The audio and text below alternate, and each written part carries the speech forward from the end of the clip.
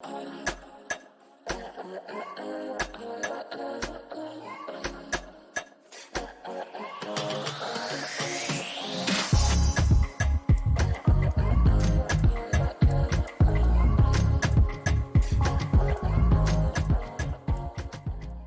everybody, it's Michelle here again with Birthday Hoover. Here at Birthday Hoover, I am a full spectrum plant-based holistic doula and an advocate for all things safe, natural, and effective. Here on this channel, we discuss all things pregnancy, birth, and womb health related. So if you guys like the content, please be sure to subscribe to the channel.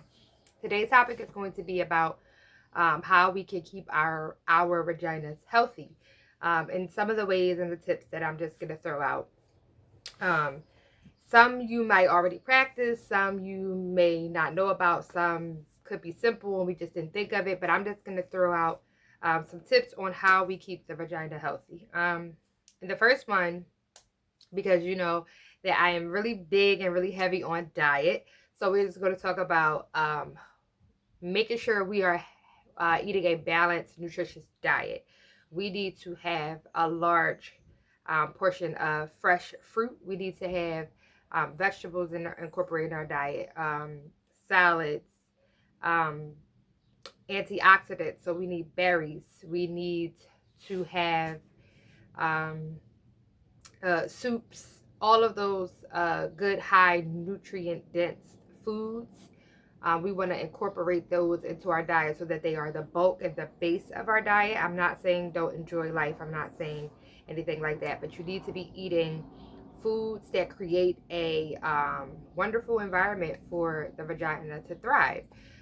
You want to be hydrated at all times. You never want to walk around dehydrated. Dehydration causes so many issues, but let alone it will cause so much dysfunction in the vagina if you are dehydrated. So you want to have I know there's a lot of different, like, oh, drink a gallon a day, oh, drink this a day, oh, drink 100 ounces, things like that. My rule of thumb for me is to drink your body weight in ounces. So I am around 178 pounds or 76 pounds, something like that, 176. I'm going to drink 176 ounces throughout my day. The way I do that, yes, the bulk of my hydration is going to be water. But I also love watermelon. I love cucumber. I love melons of any sort, high water content fruit or foods, vegetables, tomatoes, high water content. So sometimes I just eat my water. If I have a quarter of a watermelon, I'm not going to need 176 ounces of water, but you still have to try to figure out the ratios. But just rule of thumb, 176 ounces. That's for me. Drink your body weight in ounces. Also, you want to wear cotton underwear, 100% cotton underwear. Wash your underwear before you wear them. I don't know if everyone does this. I know this is common sense to most people, but you don't want to, I don't care if it's packed. I don't care if they are already folded in a pack. I don't care if they're loose, whatever. You need to wash your underwear before you wear them out of the store. If you buy a pack of underwear, if you get loose underwear, they need to go into the washing machine before you wear them, because clothes are sprayed with things. They are sitting on a shelf with dust and bacteria and everything before we buy them for whoever, and people are touching. You want to wash your underwear. You definitely want to wash your underwear before you ever put them on.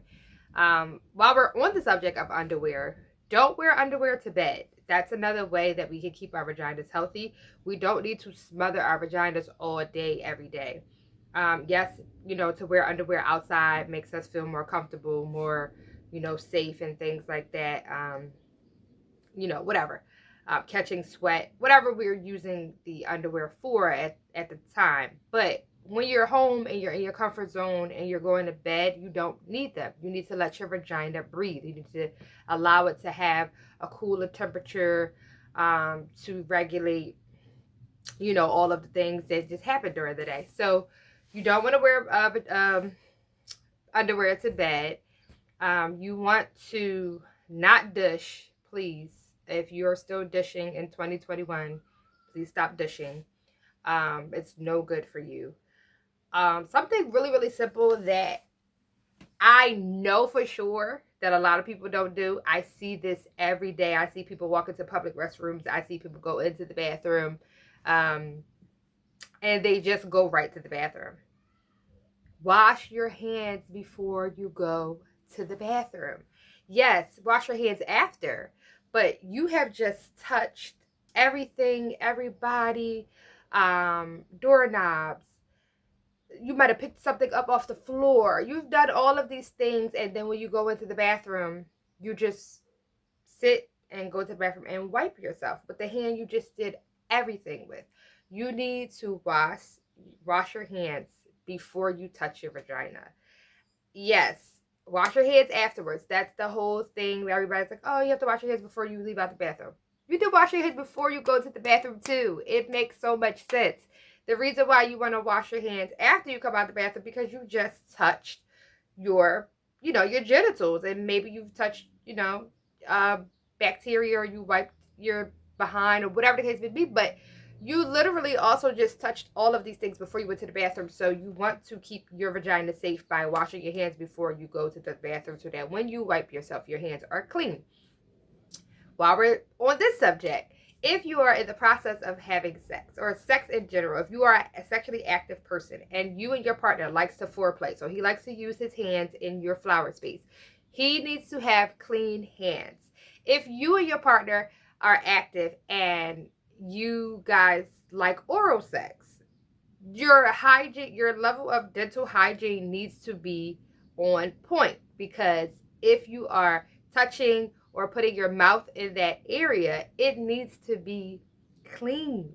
And that's pretty much that's like a given, but people don't think about this. Like, yes, it gets heated and you just want to get right into things, but you need to make sure that you guys are keeping each other safe. It's important. What else can I think of? So the underwear, hydration. Oh, coconut oil. I love, love, love coconut oil. And also incorporate coconut water, fresh coconut. I want you to go buy the coconut and hack it open and drink that water. Not the water that's already on the shelf in that little bottle, but actually drink fresh coconut water as a form of hydration. It's great for the vagina. But also coconut oil, raw unrefined coconut oil. If you are experiencing, but this is good for general health too, but if you're experiencing like itching, or you can feel like your like pH balance is a little weird, whatever, you can use coconut oil and take a little bit and like rub the outside labias, and right in the opening. You don't want to stick it up there, but right in the opening, around the opening, and just have that as a practice. It's really good. Your skin in that area is very absorbing, so it's really good for keeping the vagina healthy as well. I think I pretty much touched on a lot of things that will keep your vagina healthy.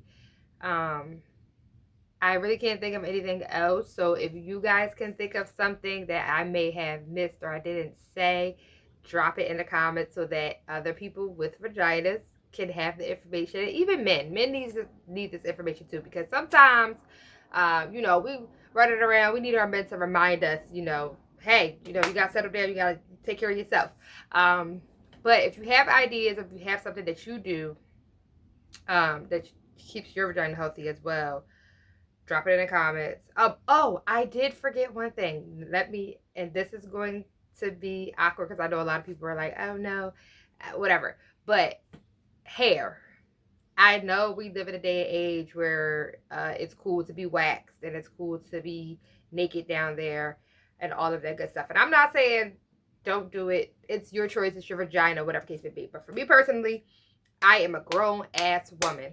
Sorry, I had to use that word. But I am grown. I am not a baby. I do not need a bare vagina.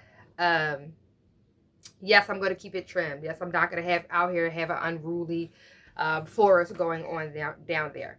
But the purpose of your hair, it serves several purposes.